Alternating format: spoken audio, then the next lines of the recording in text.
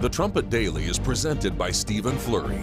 The program analyzes world news and history from a distinct perspective and compares current events to prophecies found in the Bible. The program also offers free educational publications, including the Trumpet News Magazine and books and booklets. The Trumpet Daily is produced at the Philadelphia Church of God's home campus in Edmond, Oklahoma, and its sister campus in Edstone, England. More information is available at thetrumpet.com.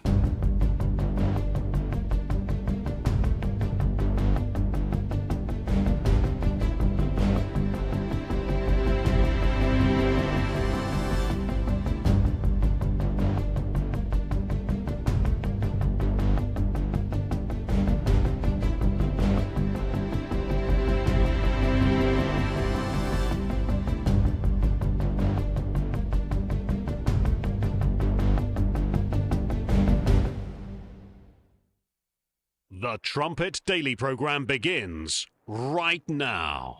Today's world news, what it means, where it's taking us. I bring you the one and only possible message of world peace. This is a message of hope, tremendous hope. And he said unto me, you must prophesy again. The Trumpet Daily program begins right now. It's been 3 days since California ran its funky jungle primary. We still don't know anything. The governor's race is stuck at only 50. Well, now it just went up to 57% of ballots counted. L.A. mayor, 66% counted. Well, it says 62 there. I guess maybe they updated it a little bit. But no one is in a rush. They're just going to slow walk a winner.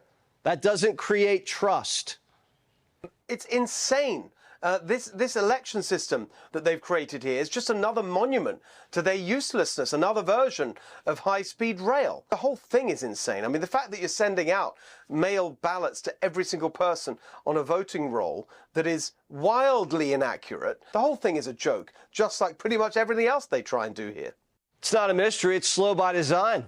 Gavin rewrote the law to send out millions of ballots to people who didn't even ask for one.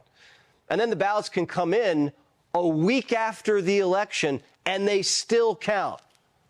Why does it take so long to count ballots in California compared to other states? 80% of voters return their ballots by mail. Each one of them has to go through a signature verification process. If there's a problem in the signature verification process, then you're alerted, and you have 10 days to fix that process to come what's called cure your ballot. All that takes time. Eventually, all those ballots come here where they are officially counted. Then the local registrars gum up a bit worse. They're not required to release daily updates. So each county releases results whenever they feel like it. There's no real deadline to finish the count or to tell people what the votes are. They have about a month to finish.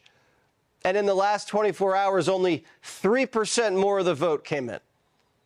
Florida tallies 8 million ballots before bedtime. California can't even count a single city in a week. So the Save America Act is all voters must show photo ID. So you go to vote and you show photo ID. Not complicated. All voters must show a little thing called proof of citizenship. There's another one. Then you have no mail-in ballots, but we want to be liberal, as they say, or we'll say we want to be progressive. So it's no mail-in ballots. You see that, so what's happening in California? They're rigging the election. Now, maybe we caught them, and maybe they won't be able to get away with it. They tried with me. They did it successfully the second time. The third time, we made it too big to rig. Too many votes. They couldn't do it. They could only go. They sort of gave up at about 9:07 when they got slaughtered with the votes that came in. We just don't want cheating in our elections. And you see it happening in California. Those numbers are coming down rapidly. They found a lot of mail-in ballots last night, shockingly.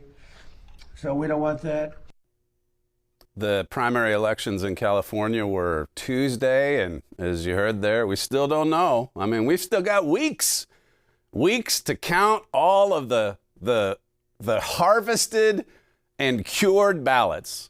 You're listening to Stephen Flurry, and this is the Trumpet Daily. We appreciate you joining us on the show today, the last show of the week. Hard to believe.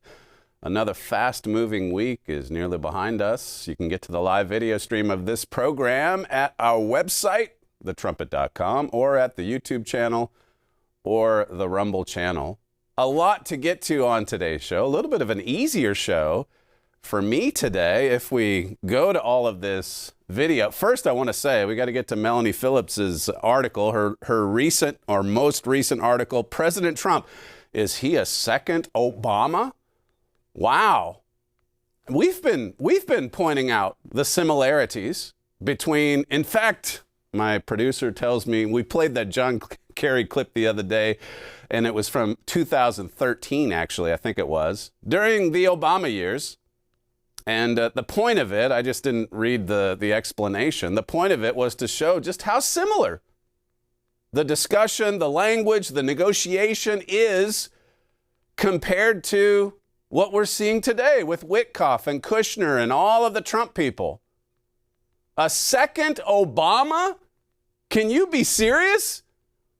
President Trump rightly called out the JCPOA, saying it was the worst, my father said it's the worst foreign policy disaster in history. And President Trump, for his part, said something pretty similar. That's an article we'll go through in some detail. But as for some of the video that we've lined up, we've got a 15-minute segment on your daily pilgrimage. We filmed this segment in Eugene, Oregon, based around the prayer rock that Mr. Armstrong prayed over back in 1933, the very beginning of the Philadelphia era of God's church. So we haven't developed that into a Key of David program yet, but we'll give you a little preview at the end of today's show. We've also got a montage that we put together on the D-Day anniversary, 82 years on. And I've got an article from the late Ron Fraser talking about D-Day back in, I think it was 2013, with some powerful points made. And then on top of that, it's Friday, which means we've got the Friday edition of WorldWatch lined up as well. But back to the cold open. What is going on in California? Everyone was sent a ballot, thanks to Gavin Newsom. Just like 2020. It's in some ways, it's like they're not even trying to hide it. This tweet went out. I didn't have time to verify everything, but the guy says Spencer Pratt got 0 out of 24,000 votes in the late night LA ballot drop. This is for the LA mayor race.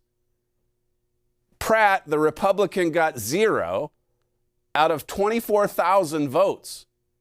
A late night ballot drop. How is this even possible? Again, it's like they're mocking and ridiculing people that would want to save America with secure voting, with legitimate voting. What do you do when you can't trust all of these officials? What do you do when they send out mass ballots, just like in 2020, by the way? Nobody's held to account, and so it's like they really don't care that they're cheating, and they're not even trying to hide it. You think they would give Spencer, maybe 500-600 votes? No, 24,000 to 0. What would you think about an NBA game if in the finals, one team won 150 to 0? It's not even possible unless the fix is in. Then it becomes very possible. Nate Silver, pretty sure he's not a hardcore Republican. He's the guy that crunches all the numbers for votes, elections, and so on. He says the fact that California elections often can't be resolved for weeks is kind of insane. It's going to take us several weeks to tell you who won the election. Is failed. It's a failed state behavior and should be much more stigmatized. I played the clip yesterday. The Fox ladies, basically, you have to read between the lines to say, yeah, they're going to cheat. But where are the people, even what Jesse said there in the cold open? How about just calling it what it is? Cheating, lying, stealing.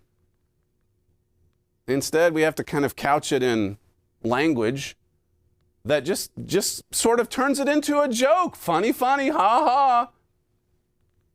No, it's illegal. And people should go to jail for it. But they don't. They don't. And so you continue. And it's as if Democrats are saying, yeah, we cheat, but what are you going to do about it? You can't do anything. Listen to President Trump again from the Oval Office yesterday, clip 4. I hope the media looks at this election that's taking place in California, where they think it'll take 7 or 8 days to count the votes. Can you believe this? I mean, they spend all that money on the machines, the big voting machines.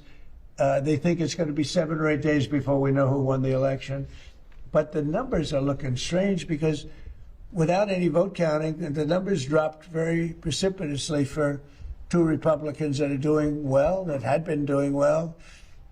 And I hope you're all watching it, because I'm watching it very closely. Well, I hope the media is watching it, and I'm watching it. But, I mean, you are, this is your DOJ. This is your FBI. It seems like there's something more that can be done to just make sure that it's legitimate. What do you do, as I say, in a state or in a country where it turns into a third world system? Meanwhile, you have the Save America Act, which is basically the highlights of that is that you have to show your ID and you have to prove that you're a citizen. And it can't make it through the Senate. Last night, there were 4 Republicans that voted against it. The rhinos, siding with all the Democrats. So they couldn't even get a 50 or 51 majority. I think you need 60 to get it on through, but they're not going to get 60, but they can't even get 50. Show your ID and prove that you're a citizen. Listen to Mike Lee talking about how this is basically done all around the world, everywhere, except in the United States of America. Clip 5. Our elections need to be characterized by 2 things. We need to make it easy to vote and hard to cheat. And we need to do that by making sure that people establish their citizenship and therefore their eligibility to vote when they register, and that they show who they are when they show up on election day. This isn't hard. This isn't unusual. Every country in the entire world, countries you're familiar with, countries you're not, countries as wide-ranging as Mexico, Brazil, India, Argentina, Peru, Botswana, Burundi, they all have voter ID requirements. We do not. We do not want to leave this amount of power sitting on the table so that foreign powers can send forth people who are not eligible to vote in this country and vote anyway. We need to do this. The House of Representatives has passed the Save America Act. We now have the opportunity to vote on that same bill, the Save America Act here. This bill, Mr. President, will disenfranchise no one. It will make us all more free. It will protect the sanctity, the dignity of your vote. When we allow people who are not allowed to vote, we rob Americans of their vote. Let's make it easy to vote, hard to cheat. Let's pass this bill. Botswana and Burundi. Yeah, they've got voter ID, but not California. No, certainly not. Fox News last night. 4 Senate Republicans broke ranks to kill another effort to pass President Trump's marquee voter ID and election integrity legislation as the GOP marches to fund immigration enforcement. The rhinos, Susan Collins, Lisa Murkowski, Mitch McConnell, the former Senate Majority Leader. He's still there. He's barely moving, but he's there. And then Tom Tillis. A second attempt by Republicans to attach the Safeguarding America Voter Eligibility America Act to their budget reconciliation package, and the second time that they failed to get the legislation across the line. Months after launching debate, it's been debated. President Trump is advocating for it, but it can't make it through. I think it's something like 80% of Americans favor this bill. That includes a lot of Democrats, a lot of independents. It makes sense. It's common sense legislation. Show your ID and make sure you're an American citizen. And then you can vote. So how many more weeks before we find out what's going on in California? We'll see. And will those two Republicans, the one that's at the top for governor and the one that's in second place for the mayoral race, will they even be in the top two? Once all of the votes, quote unquote, are counted, are cured and counted? We'll see. This second Obama article, Melanie Phillips, who's been on this program before, she says, for the Iranian regime, the purpose of negotiations is to force America to surrender. And she points out in this piece that, if your conditions revolve around unconditional surrender, what is there to negotiate? The whole point of the negotiations, from Iran's perspective, is to force America to give up, to surrender. She says in an article at Foreign Affairs, two pro-Islamic regime analysts gloat over what they see as an Iranian victory over America. They write, the war has given rise to a new Iran, one that will reshape the Middle East and influence the course of geopolitics for years to come. And she says, despite the fact that this is an Iranian propaganda line, it's hard not to conclude that U.S. President Donald Trump is now actually dancing to the tune of Tehran. My father gave a Key of David program last year. This was in January of 2025. He was focusing in on America's betrayal of little Israel in the Middle East. And here's what he said, clip 7. What is it that President Trump really needs? Well, he needs somebody to help him understand what is happening in the Middle East. And he has to see in time what a catastrophe he has caused in the Jewish state in the Middle East, our only real ally. And they have been a strong one. And now, where does that leave us in the Middle East? What kind of power do we have there? Well, it's not encouraging. Here's just another short paragraph from Melanie Phillips. Trump doesn't want a war on his watch. He has virtually promised the American people that he will bring an end to war. But sometimes an enemy arises with whom any agreement is a deal with the devil. That's right. Sometimes you just have to fight or be captives of evil people. Trump is dealing with the devil, according to Melanie Phillips, and not God. I'll add that. Now, that was from a year and a half ago. And to his credit, since that time, President Trump, he has assisted Israel, joined together with Israel last summer, and then more recently, earlier this year, to remove this Iranian threat, the number one state sponsor of terrorism. What an opportunity to eliminate this threat entirely, just like Israel has an opportunity to eliminate Hezbollah entirely if they could go all the way to the nerve center in Beirut. But President Trump won't let them do that.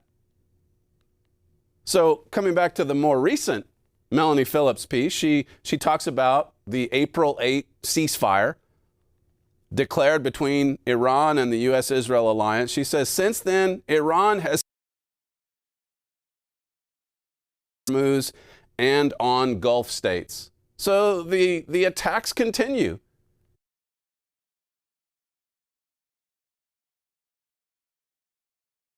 These are the same people that say we have peace for eternity.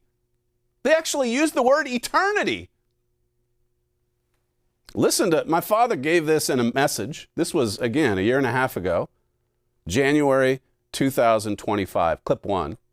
So Witkoff to lead efforts to see whether a diplomatic accommodation is possible. They're trying to make a deal now with Iran. Well, that's exactly what Barack Obama did. What is this about? What, you want to make a deal with Iran? You think you'll you get anything good out of it? No, you won't get anything good. They love to negotiate with the West because they always win. And they just stupidly give them what they want until they lose everything. Unbelievable. I'm not going to read much of that to you, but a camp in the administration that would consider negotiating with Iran. How about that? They're going to negotiate with them. This is the President Trump is a man of peace, he says, but he didn't bring peace to Judah. He could bring just the opposite to them. That's spot on. That's a year and a half ago, before the bombing campaign to take out the nuclear program.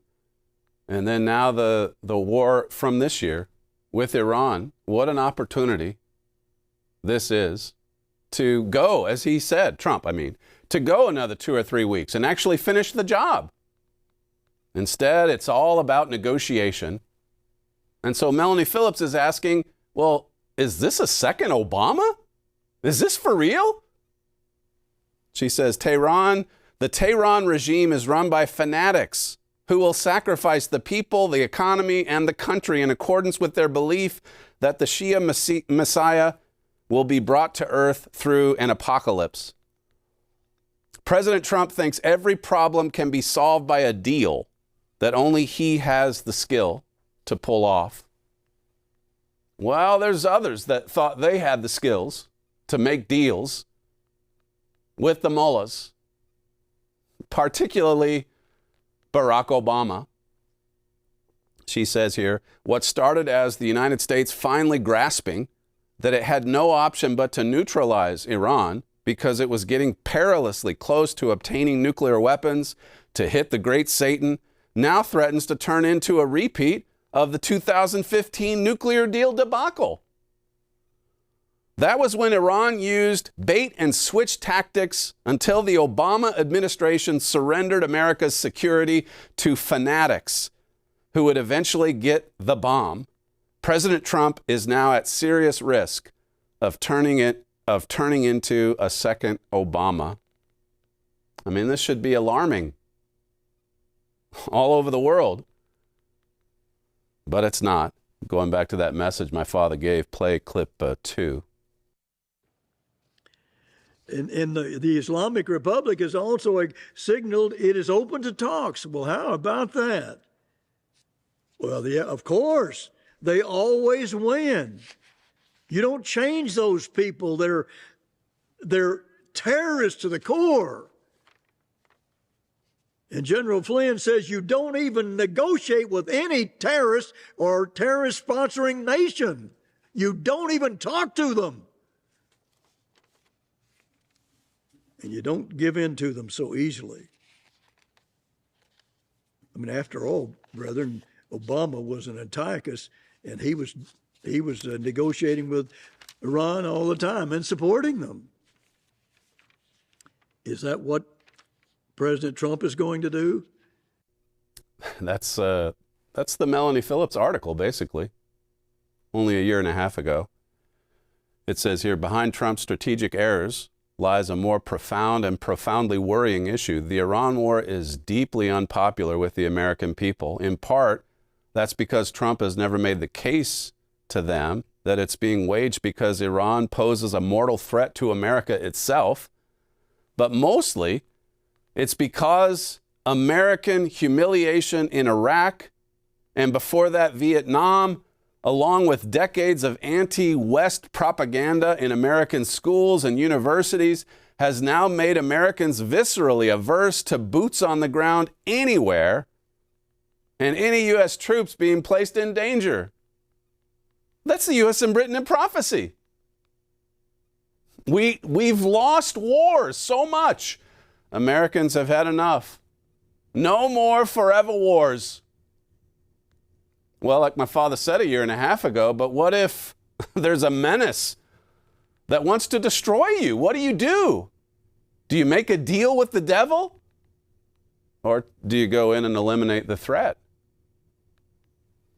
This weekend's the D-Day anniversary, 82 years on.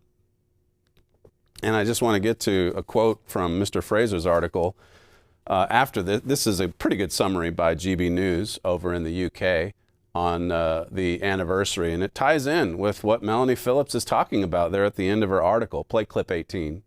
Now, D-Day commemorations are taking place tomorrow to mark the 82nd anniversary of the Allied landings in Normandy. Well, commemorations start today for the airborne forces who launched from the south of England on the night of the 5th of June and into the 6th. The first action of the liberation of Normandy and then Europe occurred where I'm standing now, by the now famous Pegasus Memorial Bridge. Well, here today there has been a memorial service remembering those who fought during the liberation, the opening fires on the night of the 5th into the 6th of June, and all who fought during the Second World War. And we heard also from Paul Terry, a 102-year-old veteran of D-Day, who told us that he was more nervous today than he was when landing on Sword Beach. Let's take a listen. Paul, thank you so much for being here and for speaking to us. How was it speaking to this crowd today? Well, it was a great honour to speak to the crowd, to see the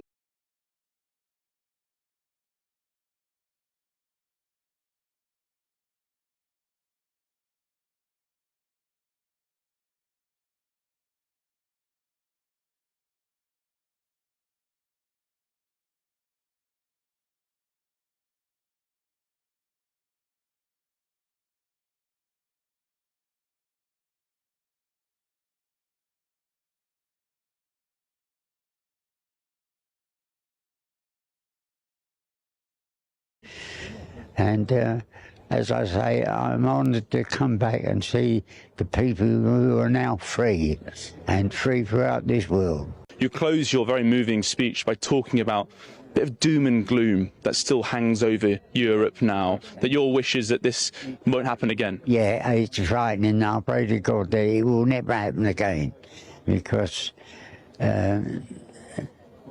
you can't express it, what it's really like, war, and what they're fighting for, I do not know. We're all God's children, irrespective of the colour, the tongue we use. We're all God's children, and why do we have to kill one another? To me, I just cannot fathom it. But I pray that they do not, because it will be a different kind of slaughter altogether. I hope it doesn't happen again, he says, because if it does, it's going to be a different kind of slaughter altogether. Doom and gloom, it still hangs, not just over Europe, over the world, really, if we're honest. Mr. Fraser's article from June of 2013, he says, in these times, from Korea to Vietnam, from Iraq to Afghanistan, we see the sad history of a nation that has lost the will to gain ultimate victory in battle. To gain ultimate victory, we've lost the will to do it. We won't do it.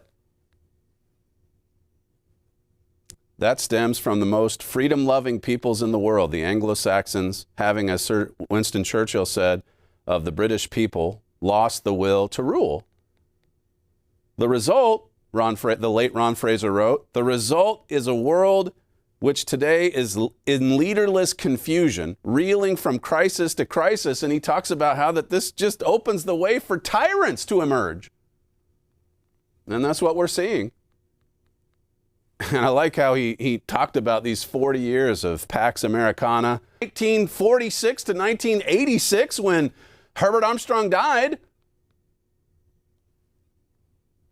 He said the hiatus of the Cold War created a certain scenario, a time of, in those travels, he preached that very gospel of the kingdom of God to multiple thousands, even millions, in the printed word and via television, and most especially to world leaders at the time. a warning, a witness to the whole world. The name of that apostle was Herbert W. Armstrong. That, I think, is a good segue into the 15-minute segment that we recorded in Eugene, Oregon, just a week and a half ago. So we'll play. It's about the prayer rock and the earliest history of the Philadelphia era of God's church. So we'll play that, and then if you want to hang around for a few extra minutes that we won't charge you for, we've got the WorldWatch at the tail end of the show. You're listening to Stephen Flurry, and this is the Trumpet Daily. Thanks for joining us today. Thanks for joining us all week, and we'll see you next time. All the apostles and evangelists of the first century true Church of God did perform miracles, and even greater miracles than Jesus had performed, until actually when Peter's shadow passed over people, the sick were healed. The sick and the afflicted were healed merely by the passing of Peter's shadow over them. Now Peter, Stephen, Philip, Paul, all common, humble, ordinary men of themselves, disciples of Jesus Christ, all had that power, my friends, the same identical power that Jesus had, because they lived and they walked close to God and they were filled with the Holy Spirit of God, the power of God. And we seem to lack that power today, not because God denies us that power, but because we are so close to a modern materialistic world, our minds are so filled with material interests of this life, because we have strayed so far from God, and because we're not in touch with God. God says, draw nigh unto me, and I will draw nigh unto you. But we don't draw near to God. We draw near to the materialistic interests and the pleasures and the pastimes of this world. And then because of a lack of enough of the right kind of surrendered, submissive, earnest, and heart-rending prayer, we have strayed from God. And consequently, because we are not filled with the Holy Spirit, we don't have the faith to get an answer to our prayers. That's Herbert Armstrong on one of his old radio programs speaking about why we don't get answers to our prayers. It's that we're not close enough to God. The Apostle Paul talked about stirring up the Spirit of God, and we do that by drawing closer to Him through prayer and Bible study. And Mr. Armstrong set a tremendous example of doing just that. On today's show, we're going to be featuring two books in particular, the New Throne of David book by my father, which has a great section about the prayer rock, which I'll get into here in just a second, and also Mr. Armstrong's prayer life. The other one is the James booklet. We'll go through a few scriptures in James chapter 5 in our study today, and if you don't have your Bible next to you, go and get your Bible so that you can read along and prove all things, as Mr. Armstrong used to say. We had a Life in Teachings program just a few weeks ago on the subject of prayer, where we pointed to the example of Jesus Christ. He set the example for us. I'm going to talk about Mr. Armstrong as an example in just a bit, but first, just to reiterate some of those points from Life and Teachings, Christ is the way. That's in John 14 and verse 6, where it says, I am the way, the truth, and the life. No man comes unto the Father but by me. And if you look at that word for way, it's similar to door or pathway or highway. So we need to know if we have a destination, we need to know where we're going and how to get there. And Jesus Christ showed us. There's many scriptures that talked about him leaving the multitudes so that he could go up into a secluded place and commune with God and talk to God and receive power from God. He is our perfect example. We have other examples too in the scriptures and in our modern times. Herbert Armstrong was one of them. And Zechariah 4 describes the work that God started through him. It started very small. It was very miraculous. And it was backed by the Spirit of God. I'll just read to you Zechariah 4 and verse 9. It says, the hands of Zerubbabel have laid the foundations of this house. His hand shall also finish it, and you shall know that the Lord of hosts has sent me unto you. This is actually a prophecy talking about an end-time Zerubbabel that would build an entire era of God's church. God, of course, doing it through him. Verse 6 says, not by might That means human might, nor human power, but by my Spirit, saith the Lord of hosts. It was by the Spirit of God. It started in the smallest of ways. We'll talk about that some on today's show. But it was by God's Spirit. It was backed by the Spirit of God. That's why there was so much miraculous growth. That's why there were so many miraculous open doors all along the way. It says here in verse 10 that we're not to despise the day of small beginnings. And that's what's so inspiring about visiting this area around Eugene, Oregon. That's where we're filming today. And there's some inspiring history behind me. There's some inspiring history in front of me. And it all goes back to the beginning of the 6th era of God's church, starting in 1933. That's what Herbert Armstrong says in his autobiography. We're almost 100 years on from that inspiring beginning. It started through Zerubbabel. He started the building project and he finished it. He died in January of 1986. And after that, the history turned in a wrong direction very quickly. And we don't have time to get into that on this particular show, but we'll get into it some other time. But just going back to the beginning of the Philadelphia era, and the start of the Worldwide Church of God. Before that, Mr. Armstrong had some interaction with some members of the Sardis era of God's church, which was the 5th era, and that was coming to an end. And God was about to give life to his church through Mr. Armstrong. He had had some Bible campaigns with some of these Sardis ministers, and he found very quickly into it that there just wasn't any fruit to come from those campaigns. And then when he severed all ties with the Oregon Conference in the fall of 1933, he went out effectively on his own and had his own public Bible campaigns. And then eventually he had church congregations, and everything began to grow from that point forward. This is what he relates in the autobiography. It says, but if small, it started with a burst of energy and inspiration. First, it says it started with intensive and earnest private prayer. To the rear of the Fisher farm home was a fair-sized hill. He says, running over this hilltop for exercise, I discovered a rock about 14 inches high. It was in a secluded spot. It came to mind how Jesus had dismissed the multitudes and gone up in a mountain apart to pray alone with God. I dropped to my knees before the rock, which seemed just the right height to kneel before, and began praying earnestly for the success of the meetings, the Bible campaign meetings. He said it became sort of a daily pilgrimage during my stay at the Fishers to this, which became my prayer rock. He says, I'm sure that I drank in much energy, spiritual strength, and inspiration at that prayer rock. So behind me, you can see a hill, and just beyond that hill is the Fisher house or the Fisher farm that he stayed in. In 1931, Margaret Fisher, the wife of Mr. Fisher, she became the first member of the Worldwide Church of God. And so they were there supporting Mr. Armstrong and his work from the beginning.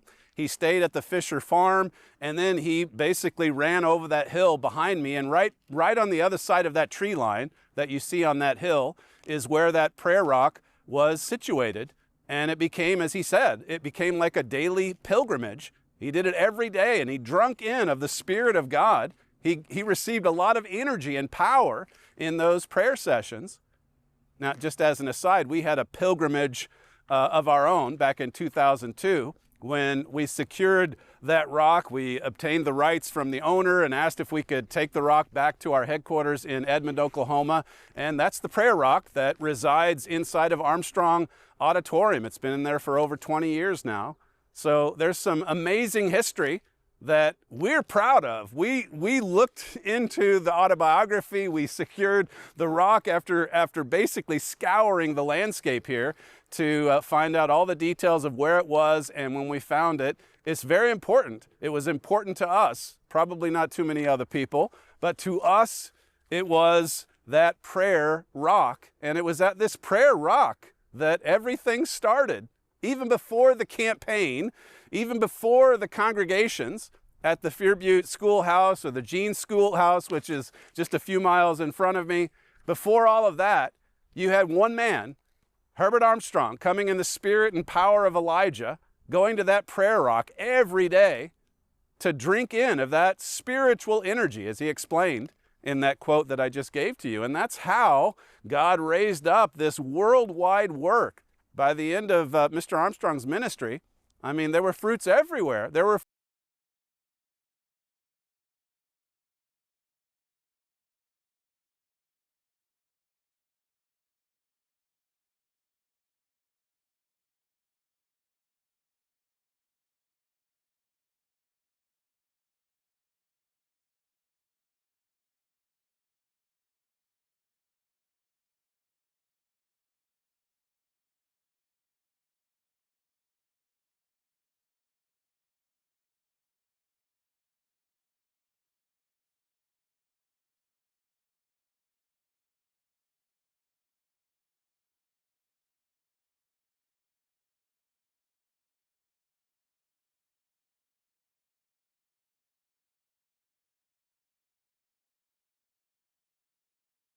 God used and will use Mr. Armstrong to teach the whole world about the law and government of God.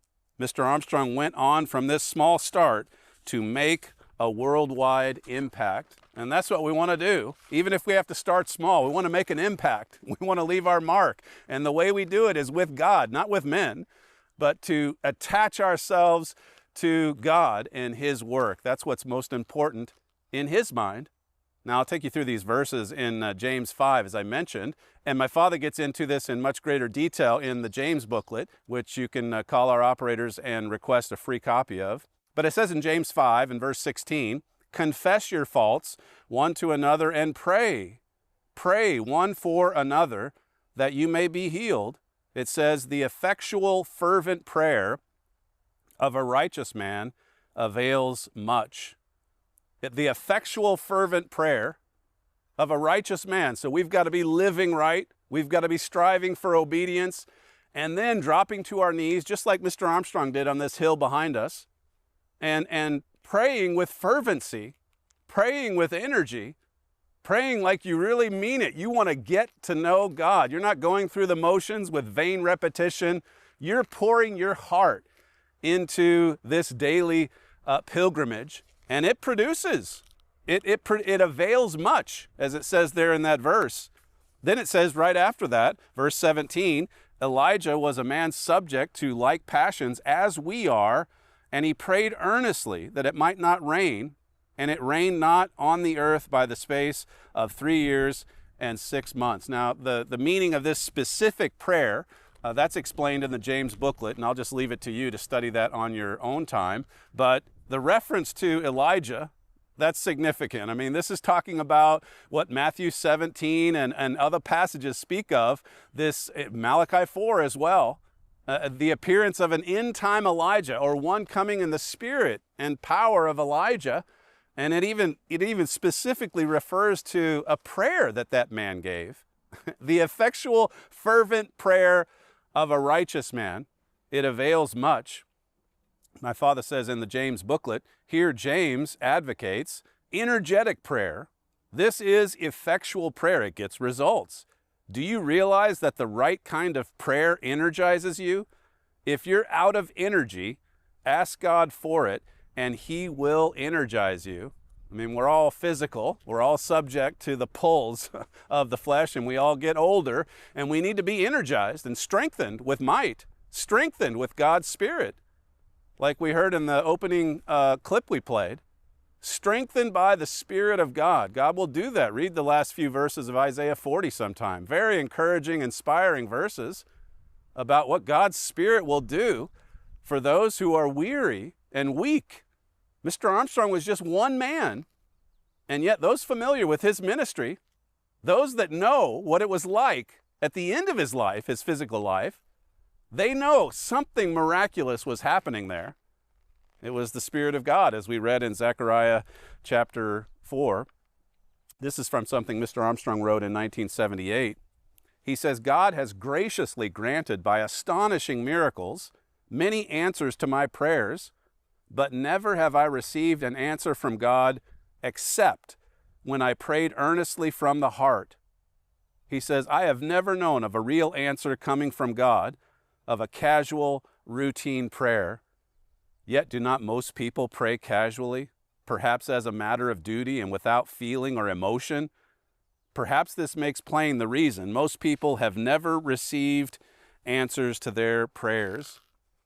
He was into it. He drank in of God's Spirit. He prayed with effectual fervency, and it availed much. It did much for him, his life, his marriage, his family, his work, God's work, I should say. The work grew. So make sure you request our free literature offered today, the New Throne of David book, where my father talks so much about Mr. Armstrong's prayer life, and then also for a more detailed explanation of that passage in James 5. Make sure you get the James booklet as well, also by my father.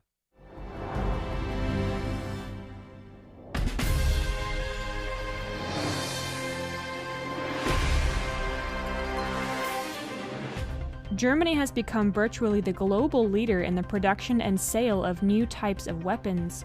Permanent representative of Russia to the United Nations, Vasily Nebenzia, said on May 20th.